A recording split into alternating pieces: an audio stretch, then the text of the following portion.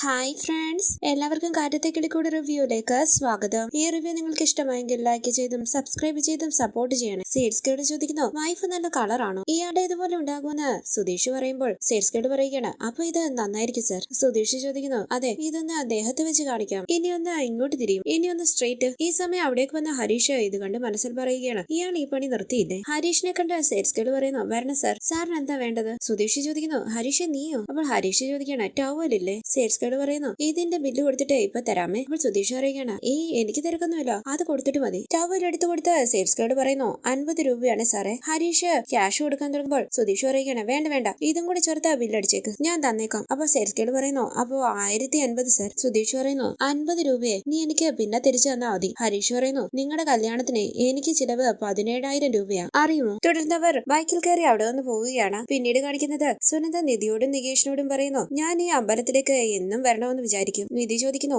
എന്നിട്ട് വരാറുണ്ടോ? അവൾ സുനന്ദ പറയുകയാണ്, എവിടെ? അപ്പോഴേക്കും അമ്മ എന്തെങ്കിലും പറഞ്ഞു വരും, പക്ഷെ ആഴ്ചയിൽ ഒരിക്കൽ എന്തായാലും വരും. എന്റെ അമ്മ വാ തുറന്നാൽ അപ്പൊ അമ്പലത്തിൽ നേർച്ച നേരും, പക്ഷെ അമ്പലത്തിൽ പോകില്ല. നിധി ചോദിക്കുന്നു, അതെന്താ? അവൾ സുനന്ദ പറയുകയാണ്, കുളിക്കില്ല. സുനന്ദ പറയുന്നു, അതേന്നെ, രാവിലെ കുളിക്കാൻ ഭയങ്കര മടിയാ. എല്ലാ പണിയും കഴിഞ്ഞ് രാത്രി 10 മണിക്കാ കുളിച്ചു കിടക്കുന്നത്. അപ്പോഴേക്കും അത്താഴ പൂജ കഴിഞ്ഞ് അമ്പലം അടച്ചിട്ടുണ്ടാകും. വീട്ടിലെ ബ്രദേഴ്സും സിസ്റ്റേഴ്സും. നിധി പറയുന്നു, ഒരു ചേട്ടൻ മാത്രം. സുനന്ദ പറയുകയാണ്, എനിക്ക് ചേട്ടനും ചേച്ചിയും അനുജത്തിയും ഒക്കെ ആയിട്ട് ഞാൻ മാത്രമേ ഉള്ളൂ. അതുകൊണ്ട് ചിലപ്പോൾ ഞാൻ ചേച്ചിയായിട്ട് എന്നെ തന്നെ ഉപദേശിക്കും, മറ്റു ചിലപ്പോൾ അനുജനോ അനുജത്തിയോ ഒക്കെ ആയിട്ട് എന്നോട് തന്നെ വാശി പിടിക്കും. എങ്ങനെയുണ്ട്? നിധി പറയുന്നു, അത് കൊള്ളാലോ. സുനന്ദ ചോദിക്കണം, നിധിയുടെ അച്ഛന് ബിസിനസ് അല്ലേ? അതേന്നാ നിധി പറയുമ്പോൾ സുനന്ദ പറയുന്നു, എന്റെ അച്ഛൻ ദുബായിലാ, 3 വർഷമായി വന്നിട്ട്. ചോദിച്ചാ പറയും എന്റെ കല്യാണത്തിനുള്ള കാശുണ്ടാക്കുകയാണെന്ന്. എന്നെ വലിയ ഇഷ്ടമാ, എനിക്കും അതെ. പക്ഷെ ഒപ്പം പേടിയുണ്ട് കേട്ടോ. ദേഷ്യം വന്നാ ടെററാ, അടിക്കുമെന്നല്ല കൊല്ലുമെന്നൊക്കെ പറയും, പക്ഷെ ചെയ്യില്ല കേട്ടോ, അതെനിക്കും അറിയാം. നിധി ചോദിക്കുന്നു, വീട്ടില് വേറെ ആരൊക്കെയുണ്ട്? സുനന്ദ പറയുന്നു, ഞാൻ, അമ്മ, ഗംഗാധരൻ മാമൻ. അമ്മാവന്റെ ഭാര്യ മരിച്ചുപോയി, ഒരു മോനുണ്ട്, ദുബായിലാ. ഇവിടുത്തെ വീടൊക്കെ ഇഷ്ടമായോ? സുഭാഷ് ചേട്ടൻ സൂപ്പർ ആണല്ലേ? നിധി പറയുന്നു, എനിക്ക് സുഭാഷ് ചേട്ടനെ കണ്ടപ്പോൾ എന്റെ സ്വന്തം ചേട്ടനെ പോലെയാ തോന്നിയത്. സുനന്ദ പറയുകയാണ്, ആണോ? സുഭാഷ് ചേട്ടനെ ഇഷ്ടമില്ലാത്തവര് ആരാ ഉള്ളത്? ഈ ലോകത്തിലെ ഏറ്റവും നല്ല ആൾ ആരാണെന്ന് ചോദിച്ചാൽ ഞാൻ പറയും സുഭാഷ് ചേട്ടനാണെന്ന്. എന്റെ മുറച്ചെറുക്കനാ. അറിയാമെന്ന് നിധി പറയുമ്പോൾ സുനന്ദ പറയുകയാണ്, എനിക്ക് ഇഷ്ടമാ കല്യാണം കഴിക്കാൻ. സത്യത്തിൽ ഈ അമ്പലത്തിൽ വരുന്നത് തന്നെ അത് നടക്കാൻ വേണ്ടിയാ. എന്ത് ഉഗ്രൻ കുക്കാണെന്നറിയുമോ? സുഭാഷ് ചേട്ടൻ ഉണ്ടാക്കുന്ന കറിയുടെ മണം മതി നാഴിയരിയുടെ ചോറ് കഴിക്കാൻ. സുഭാഷ് ചേട്ടനുള്ളത് കൊണ്ടാ ആ വീട് വീടായിട്ടിരിക്കുന്നത്, അല്ലെങ്കിൽ അനിയന്മാരൊക്കെ കൂടി അത് കുട്ടിച്ചോറാക്കിയനെ. കുഞ്ഞു പ്രായം മുതലേ അമ്മയുടെ സ്ഥാനത്ത് നിന്ന് എല്ലാവരെയും വളർത്തി വലുതാക്കിയത് സുഭാഷ് ചേട്ടനാ. നിധി പറയുന്നു, സുനന്ദ 3 പ്രദക്ഷിണം കഴിഞ്ഞു. സുനന്ദ പറയുന്നു, 3 പേരാ, 7 പ്രദക്ഷിണം വേണം, എന്നാലേ വിചാരിച്ച കാര്യം നടക്കൂ. നിധി പറയുന്നു, എനിക്കങ്ങനെ കാര്യങ്ങളൊന്നുമില്ല. സുനന്ദ പ്രദക്ഷിണം കഴിഞ്ഞു വരും, ഞാൻ അവിടെ ഇരിക്കാം. ശരിയെന്ന് പറഞ്ഞ് സുനന്ദ പ്രദക്ഷിണം തുടരുമ്പോൾ നിധി അവിടേക്ക് ഇരിക്കുകയാണ്. അരികിലേക്ക് വന്നിരുന്ന നികേഷിനോട് പറയുന്നു, എടാ, സുനന്ദയ്ക്ക് സുഭാഷ് ചേട്ടനോട് ഭയങ്കര ലവ് ആണെന്ന് തോന്നുന്നല്ലോ. അപ്പോൾ നികേഷ് പറയുകയാണ്, പിന്നെ രാത്രി സുഭാഷ് ചേട്ടൻ വന്നാൽ അപ്പ വരും, രാവിലെ പോകുന്നതിന് മുമ്പും വരും. എത്ര ചീത്ത കേട്ടാലും ആ ഹാജര് മാത്രം മുടക്കില്ല. സുഭാഷ് ചേട്ടൻ ഇല്ലെങ്കിൽ തിരിഞ്ഞു നോക്കില്ല കേട്ടോ.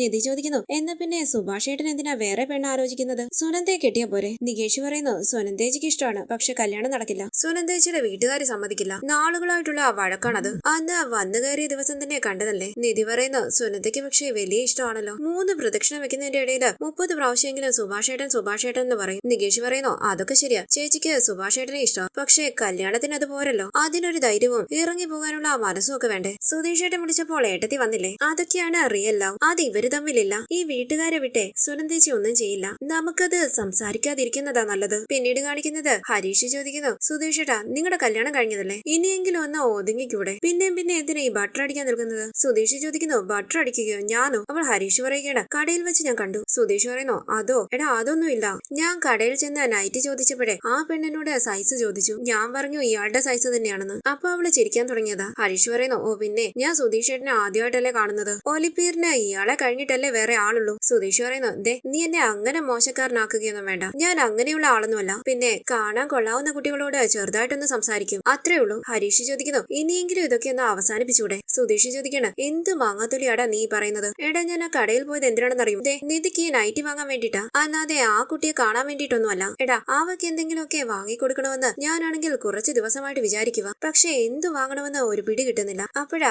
അവൾ എപ്പോഴും വീട്ടിൽ ചുരിദാർ മാത്രം ഇട്ടിട്ടാണല്ലോ നടക്കുന്നതെന്ന് ഓർത്തത്. അപ്പൊ ഒരു നൈറ്റി അങ്ങ് വാങ്ങിയാലോ എന്ന് വിചാരിച്ചു. സത്യത്തില് ഈ സ്ത്രീകൾക്ക് നൈറ്റി ആയിരിക്കും കൂടുതൽ ഭംഗിയല്ലേ? ഹരീഷ് പറയുന്നു, അയ്യോ, എനിക്കറിയില്ലേ. അല്ല, സുധീഷ് ചേട്ടന്റെ കല്യാണം കഴിഞ്ഞതല്ലേ? സുധീഷ് ചോദിക്കുന്നു, നീ എന്താടാ അങ്ങനെ ചോദിക്കുന്നേ? നിനക്ക് എന്നെ വിശ്വാസം ഇല്ലെങ്കിലേ നമുക്ക് നേരെ വണ്ടി പോലീസ് സ്റ്റേഷനിലേക്ക് വിടാം, എന്നിട്ട് ഞാൻ വെളിവാക്കി തരാം സത്യം എന്താണെന്ന്. ഹരീഷ് ചോദിക്കുന്നു, എന്താ പിന്നെ ദിവസവും എന്തിനാ ഞങ്ങളുടെ കൂടെ വന്ന് കിടക്കുന്നത്? സുധീഷ് സുധീഷ് പറയുന്നു അത് ഞാൻ പറഞ്ഞില്ലേടാ, സുഭാഷ് ഏട്ടന്റെ കല്യാണം കഴിയാതെ ഞാനൊരു ജീവിതം ആരംഭിക്കില്ല എന്ന് സത്യം ചെയ്തു. ഹരീഷ് പറയുകയാണ് അത് ഞാൻ വിശ്വസിച്ചു എന്നാണോ വിചാരം? സുധീഷ് ചോദിക്കണ നീ വിശ്വസിക്കുന്നില്ലെങ്കിൽ ഞാൻ എന്ത് ചെയ്യാനാ? സത്യത്തിൽ ഇത് ആക്ച്വലി നിധിയുടെ തീരുമാനമായിരുന്നു. ഹരീഷ് ചോദിക്കുന്നു എന്ന് വെച്ചാൽ? അപ്പോൾ സുധീഷ് പറയുകയാണ് അതായത് ഞങ്ങളുടെ കല്യാണം കഴിഞ്ഞു വരുമ്പോൾ നമ്മുടെ വീടിനെ പറ്റി സംസാരിക്കുകയായിരുന്നു. അപ്പൊ നിധി പറഞ്ഞു സുഭാഷ് ഏട്ടൻ കല്യാണം കഴിക്കാതിരിക്കുകയല്ലേ, ചേട്ടന്റെ വിവാഹം കഴിഞ്ഞിട്ട് നമ്മൾ ഒരുമിച്ചൊരു ജീവിതം ആരംഭിക്കാവൂന്ന്. അത് കേട്ടപ്പോൾ എനിക്ക് അവളോട് വലിയ സ്നേഹം തോന്നി. അവൾ പറഞ്ഞത് ശരിയാണല്ലോ, അത് മതിയെന്ന് ഞാനും അങ്ങ് തീരുമാനിച്ചു. ഹരീഷ് ചോദിക്കുന്നു ഇത് ഞാൻ വിശ്വസിച്ചു എന്നാണോ വിചാരം? സുധീഷ് പറയുകയാണ് വിശ്വസിച്ചില്ലെങ്കിൽ നീ പോയി പണി നോക്ക്, നീ നേരെ നോക്കി വണ്ടി ഓടിക്ക്. ഹരീഷ് പറയുന്നു സാരമില്ല, സത്യം ഞാൻ കണ്ടുപിടിച്ചോളാം. സുധീഷ് പറയണ പിന്നെ നീ വലിയ ഡിറ്റക്റ്റീവ് ആണല്ലോ, ഒന്ന് പോടാ. അവന്റെ കുറെ ചോദ്യങ്ങളുമായിട്ട് വന്നിരിക്കുന്നു, പോടാ. പിന്നീട് കാണിക്കുന്നത് റൂമിലിരുന്ന് പുസ്തകം വായിക്കുകയാണ് നിധി. അവിടേക്ക് വന്ന സുധീഷ് ചോദിക്കുന്നു അകത്തേക്ക് വരാലോ അല്ലേ? നിധി പുഞ്ചിരിച്ച് സുധീഷിനെ നോക്കുമ്പോൾ സുധീഷ് പറയുന്നു ഹായ്, പുസ്തകം വായിക്കുകയായിരുന്നു അതേന്ന് നിധി പറയുമ്പോൾ സുധീഷ് ചോദിക്കണ്ട നിറയെ പുസ്തകങ്ങളൊക്കെ വായിക്കുമല്ലേ? നിധി പറയുന്നു അങ്ങനെയൊന്നുമില്ല, ഇവിടെ ടി വി ഇല്ലല്ലോ, ബോറടിക്കും അതാ. സുധീഷ് പറയുന്നു അതെ, ടി വി കേടായിട്ടിരിക്കുക, ഇവിടെ ആരും കാണാത്തത് കൊണ്ട് പുതിയത് വാങ്ങിച്ചതുമില്ല. പക്ഷേ ടി വി കാണുന്നതിനേക്കാളും നല്ലത് വായിക്കുന്നതാണ് കേട്ടോ, പുസ്തകം മനുഷ്യരെ കൂടുതൽ മനുഷ്യരാക്കുന്നു. പുസ്തകം വായിക്കുന്ന നിധിയെ കണ്ടപ്പോഴേ ഞാൻ പറയാൻ വന്നത് വിട്ടു, ഇയാൾക്ക് ഞാൻ 2 സർപ്രൈസ് വെച്ചിട്ടുണ്ട്. എന്ത് സർപ്രൈസ് എന്ന് നിധി ചോദിക്കുമ്പോൾ സുധീഷ് പറയുകയാണ് ചുമ്മാ ഒന്ന് ഗസ് ചെയ്. നിധി പറയുന്നു ഇല്ല പറഞ്ഞോളൂ. അപ്പോൾ സുധീഷ് പറയുകയാണ് ഏയ് അതിലൊരു രസമൊന്നും ഇല്ലാന്നേ, ചുമ്മാ ആലോചിച്ച് പറയാന്നേ. ആകാംക്ഷയോടുകൂടി നിധി ചോദിക്കുന്നു എനിക്ക് താമസിക്കാനുള്ള മുറി റെഡിയായോ? കറക്റ്റ് അല്ലേ? സുധീഷ് മനസ്സിൽ പറയുന്നു എന്നാലും ഇങ്ങനെയുണ്ടോ ഒരു ഗസ്? അതൊന്നും അല്ല, ഇത് അതിലും വലിയൊരു കാര്യമാണ്. ഒരു വലിയ കൺസ്ട്രക്ഷൻ കമ്പനിയില് നാളെ ഇയാള് ജോലിയുടെ ഇന്റർവ്യൂവിന് പോകുന്നു. നിധി ചോദിക്കുന്നു ശരിക്കും? സുധീഷ് പറയുകയാണ് ശരിക്കും, അവിടെ ജോലി കിട്ടി കഴിഞ്ഞാലേ ഇയാള് വിചാരിച്ചതുപോലെ എല്ലാം നടക്കും. നിധി ചോദിക്കുന്നു ഈ വലിയ കമ്പനി എന്നൊക്കെ പറയുമ്പോൾ സർട്ടിഫിക്കറ്റ്സ് ഒന്നും ഇല്ലാതെ ശരിയാകുമോ? സുധീഷ് പറയുന്നു എടോ അതൊന്നും ഒരു പ്രശ്നമല്ല, ഓക്കെ ആകാതെ ഞാൻ ഇതുവന്ന് പറയുമോ? നിധി ചോദിക്കുന്നു എങ്ങനെ ശരിയായി? സുധീഷ് പറയുന്നു അത് ഞാനൊന്നും ചെയ്തില്ല, എനിക്ക് ഈ കൺസ്ട്രക്ഷൻ ഫീൽഡുമായി എന്ത് ബന്ധം ഉണ്ടായിട്ടാ? എല്ലാം സുഭാഷ് ഏട്ടന്റെ ഏർപ്പാടാ. സുഭാഷ് ഏട്ടനെ നന്നായി അറിയുന്ന ഒരു കമ്പനിയാണ്, അതുകൊണ്ട് സർട്ടിഫിക്കറ്റ്സ് ഒക്കെ പിന്നെ കൊടുത്താൽ മതിയെന്ന് പറഞ്ഞു. No problem. നിധി പറയുന്നു അത് കലക്കി, സത്യമായിട്ടും ഞാൻ ഇതൊന്നും പ്രതീക്ഷിച്ചില്ല കേട്ടോ, സുഭാഷ് ഏട്ടനൊരു താങ്ക്സ് പറയണം. സുധീഷ് പറയുന്നു അതൊക്കെ ആവാം, ആദ്യം താൻ ആ ഇന്റർവ്യൂ ഒന്ന് അറ്റൻഡ് ചെയ്യും. നിധി പറയുകയാണ് അതെ നന്നായിട്ട് പെർഫോം ചെയ്യണം, മെയിലില് എന്റെ കുറെ ഡിസൈൻസ് സേവ് ചെയ്ത് വെച്ചിട്ടുണ്ട്, അതെല്ലാം കാണിച്ചു കൊടുക്കാം, അത് കണ്ടാൽ അവർ ഇംപ്രസ്ഡ് ആകും ഉറപ്പാ, ഞാൻ കാണിച്ചു തരാമേ. സുധീഷ് മനസ്സിൽ പറയുന്നു ഷെടാ ഇവൾ ഇതെന്താ രണ്ടാമത്തെ സർപ്രൈസ് എന്താണെന്ന് ചോദിക്കാത്തത്? എന്താന്ന് നിധി ചോദിക്കുമ്പോൾ സുധീഷ് പറയുകയാണ് 2 സർപ്രൈസ് എന്ന് ഞാൻ പറഞ്ഞായിരുന്നു, ഒരെണ്ണം ഞാൻ പറഞ്ഞു, രണ്ടാമത്തെ എന്താണെന്ന് എന്നോട് ചോദിക്കുന്നത് പോലുമില്ല. നിധി പറയുന്നു ജോലിയെ പറ്റി പറഞ്ഞപ്പോഴുള്ള എക്സൈറ്റ്മെന്റില് ഞാനത് മറന്നുപോയി, സോറി. ആദ്യം പറഞ്ഞു കേട്ടപ്പോൾ തന്നെ മനസ്സ് നിറഞ്ഞു, പറയും ഇനി എന്താ? സുധീഷ് നൈറ്റി നിധിയുടെ നേരെ നീട്ടുകയാണ്. എന്താ ഇതെന്ന് നിധി ചോദിക്കുമ്പോൾ സുധീഷ് പറയുന്നു വാങ്ങിക്ക്. നിധി അത് വാങ്ങുമ്പോൾ സുധീഷ് പറയുകയാണ് നൈറ്റിയാ. നിധി ചോദിക്കുന്നു നൈറ്റിയോ, ഇതെന്തിനാ? സുധീഷ് പറയുന്നു അല്ല തിരക്കിട്ട് വീട്ടിൽ നിന്ന് ഇറങ്ങി വന്നപ്പോഴേ വീട്ടിലിടാനുള്ള ക്യാഷ്വൽസ് ഒന്നും എടുത്തിട്ടില്ല എന്ന് എനിക്കറിയാം, അതുകൊണ്ട് ഞാൻ വാങ്ങിച്ചതാ. ഞാൻ നോട്ട് ചെയ്യുന്നുണ്ടായിരുന്നു, വന്നപ്പോൾ മുതൽ ഇയാള് ചുരിദാർ മാത്രമേ ഇടുന്നുള്ളൂ, ഇനിയിപ്പം ഇതിട്ടിട്ട് ഫ്രീ ആയിട്ട് അങ്ങ് നടക്കാമല്ലോ. നിധി പറയുന്നു ഞാനൊന്നും ചോദിച്ചില്ലല്ലോ. സുധീഷ് ചോദിക്കണ്ട ഒരാൾ ആവശ്യപ്പെട്ടിട്ട് വാങ്ങിച്ചു തന്നാൽ അത് സർപ്രൈസ് ആകുമോ? ഇല്ലല്ലോ, അറിയിക്കാതെ കൊണ്ടുവരുന്നതാണ് സർപ്രൈസ്. എന്തുപറ്റി? നിധി ചോദിക്കുന്നു ഇതൊക്കെ ഇയാൾ എന്തിനാ വാങ്ങി വന്നത്? സുധീഷ് പറയുന്നു അതിനെന്താ, പിന്നെ ഇതിന് പൈസ തരാമെന്ന് പറഞ്ഞ എന്നെ വെറുതെ വിഷമിപ്പിക്കാൻ നിൽക്കരുത് കേട്ടോ. നിധി പറയുന്നു അയ്യോ അതല്ല, ഞാൻ ഇതൊന്നും ഉപയോഗിക്കാറില്ല, എനിക്ക് നൈറ്റി ഇഷ്ടമല്ല അതാ. സുധീഷ് ചോദിക്കുന്നു നൈറ്റി ഇഷ്ടമല്ലാന്നോ? നൈറ്റി ഇഷ്ടമില്ലാത്ത പെണ്ണുങ്ങളില്ലാന്ന് ജയറാം ഏതോ പടത്തിൽ പറയുന്നുണ്ടല്ലോ. നിധി പറയുന്നു ഞാൻ സിനിമയെ അധികം കാണാറില്ല, സോറി.